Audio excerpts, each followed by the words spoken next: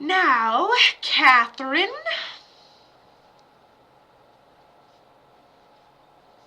And AJ. Okay, this one's trigger warning. Your readings are amazing. Thank you. You are so very welcome. Thank you for saying that. Okay, so AJ tells me he takes partial responsibility for how he passed.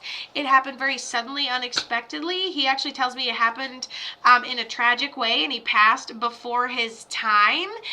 He's talking about the way we chose to honor his memory, and then he keeps saying the word community to me. So maybe the community came together, or we did like a community, like the family gathered exterior. Or he could be talking about a celebration of life. I just feel very nature-y for whatever reason. And then he goes, going, gone. Cato went right off into it. 100 miles an hour, he says.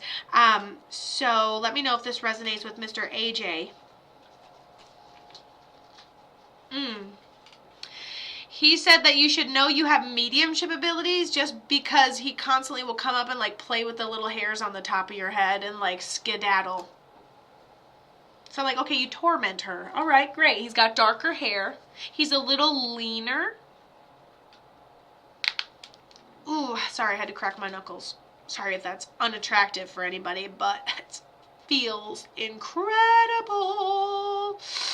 She's like, I always feel him. Who is this guy? He seems like bestie vibes, but he seems like he passes before his time. He could be brother, but it just seems like you can, it's like more soul family. But how did he pass? That's one thing I really want to know. He's your first love, a soul family meant to be in your life. Oh my goodness, you learn a lot of lessons off each other. So relationships, but you guys keep things like friend. You never lose each other in the friendship way.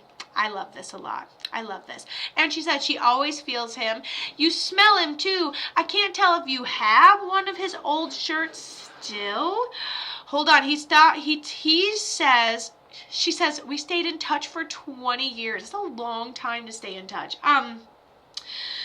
He talks about, he goes again, or he says I have to take responsibility for the way that I passed, or like the situation I got myself into before. He's like, I just kind of like took off into it. It seems like maybe before even a choice was made, or before we thought about things, we just kind of take off into something, you know, or just very quickly, like before it's evaluated enough, we go off into it. And so I would really love to know how he ends up passing, because I feel like he's trying to communicate that a little better with me.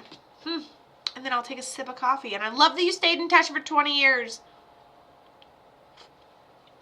I have like 2 people in my life. Okay, struggled 4 years with addiction, had a rough night and had a drug overdose, and he says he took off into it, and he got himself into that situation, and he takes that responsibility and warns us that it was tragic, and he passes before his time.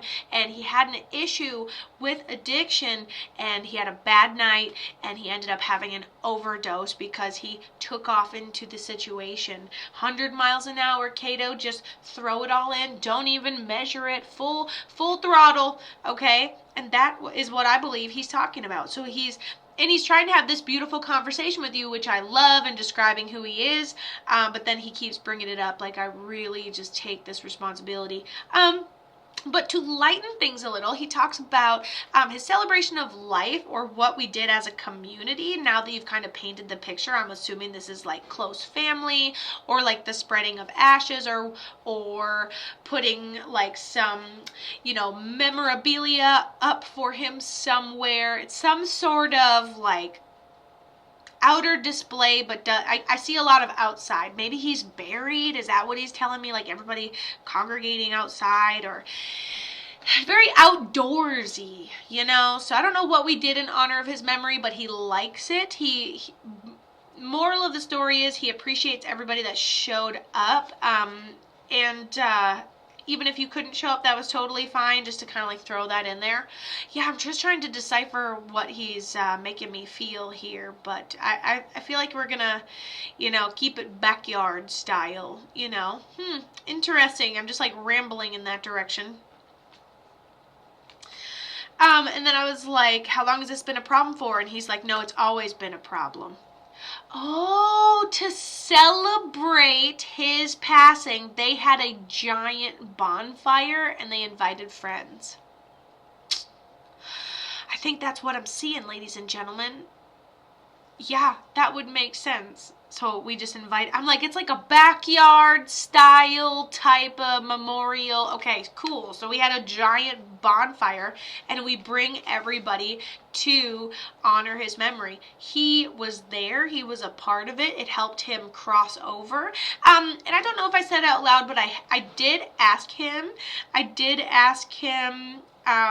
How long this had happened, and he said how long he had been addicted for, and he said he got addicted in his late teens and it never stopped. Like, it was just a young thing that we pick up, so it's almost like has been his whole entire life lesson, he said.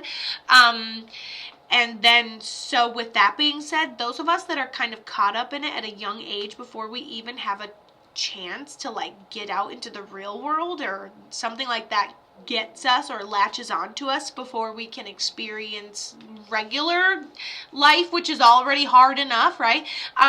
We don't necessarily get it's not that we can't transition or we can't be peaceful on the other side. That's more of a forgiven thing, nothing that he inflicted intentionally or knew better to do, you know. So in no way was he ever stuck, but he just wants to take that responsibility, I think. All right, cool, love you. Glad he got some in. I just feel like I'm kneading bread dough and getting all the details, so I love it. Love it. Boom.